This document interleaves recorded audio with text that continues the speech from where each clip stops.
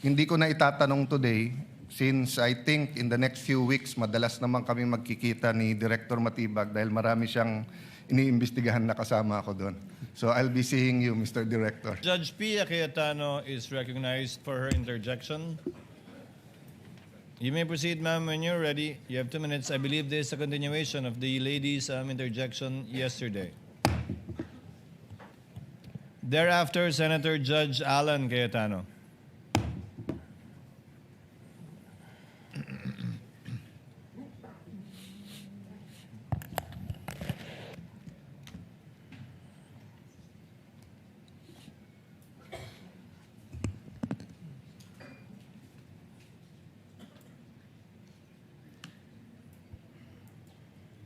We are ready, Mr. Presiding Officer. For the witness.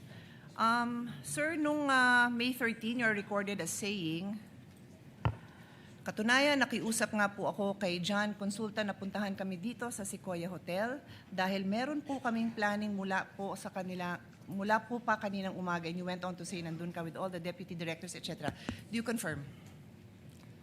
Well, nakausap ko po si John Consulta. No, just confirm, sir. Did you say Yes, that I na talked nandun to- kayo sa Sequoia? Hindi, yun lang. Yung statement na Haba yun. po kasi yung statement nyo. I just pasensya need na. you to confirm, did you say that you were in Sequoia? Yes, I talked to Thank you. to So John you are Consulta. confirming? Okay. Yes po. And then later on, dinagdag nyo, wala kami sa Senado, we are on stand down because that's the instructions. Did you also say that? Yes po. Thank you. Meanwhile, in another interview, you then said, mayroon request si GM Veloso to help them secure the area kasi napapansin nila na magulo, labas-pasok.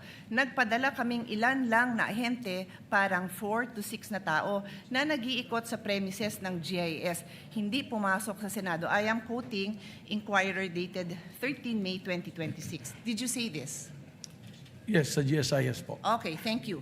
So, I asked now for the kind indulgence. May papa-flash lang ako. It's just a photo, dear colleagues, both parties. Paki-flash lang. So sabi nyo nasa GSIS. You confirm na nasa GSIS yung Tama mga po. ahente mo.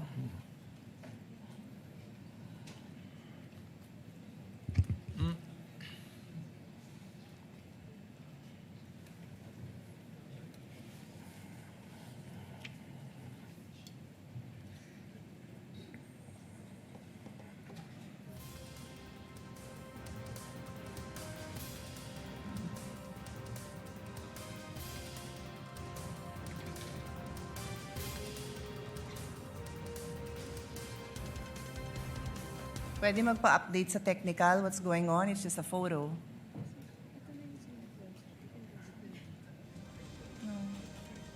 Ito, I'm just showing the Senate website for the record. Senate website. Tapos po, nandito po sa right corner, can you read it, sir? It says contact information. Can you read it? Hindi ko po Okay, mabasa. paabot ko sa page, yung same thing. It is just the Senate website. Page, pakiabot. Thank you. Pakibasa lang po yung address ng Senado.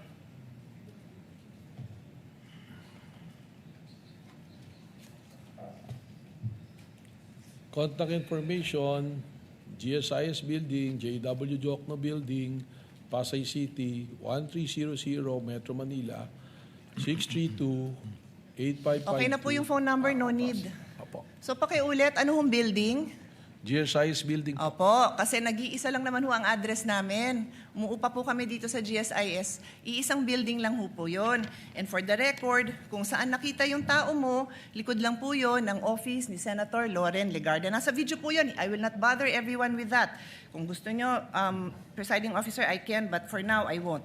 Kasama po yun sa area na inuupahan ng Senado sa GSIS. We are paying rent for the information of all. So yan po ang gusto ko lang ma-establish. It seems kasi po na you swore an oath, no, to tell the truth, the whole truth, and nothing but the truth. Is that correct? Yes po. Thank you very much.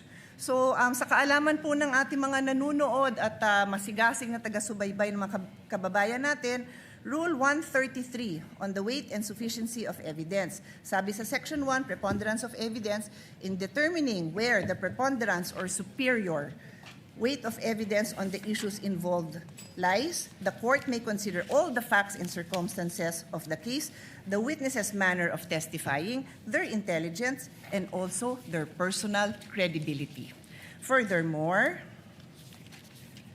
in Section 11 of Rule 132, a witness may be impeached by evidence that his or her general reputation for truth, honesty, or integrity is bad.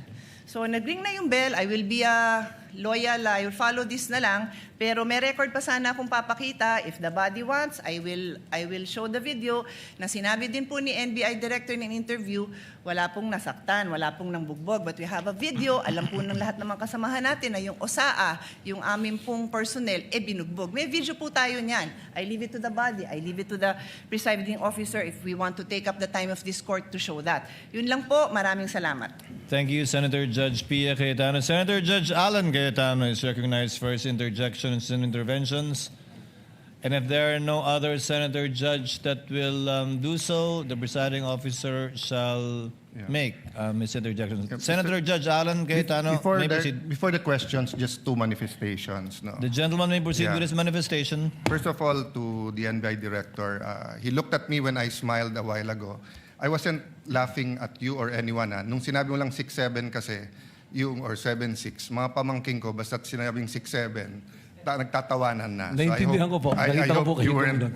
Yung iba kasi hindi, baka akala ko anong I ibig understand sabihin. po. And we're on Yes TV, so we can be on opposite sides, but we can be very professional, di ba? Salamat So, po. the second manifestation, Mr. President and Honorable Presiding Officer, you know, much have been said about technicalities, humahaba to, may mga relevant, irrelevant. So I just want the prosecution and defense to know, because we're gonna go on a short break. Short lang naman, SONA sa Monday kontra SONA sa Tuesday, makikita tayo sa Wednesday.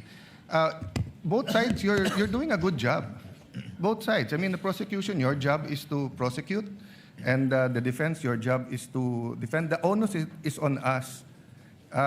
May tinatawag na defense senator judge, may tinatawag na prosecution senator judge.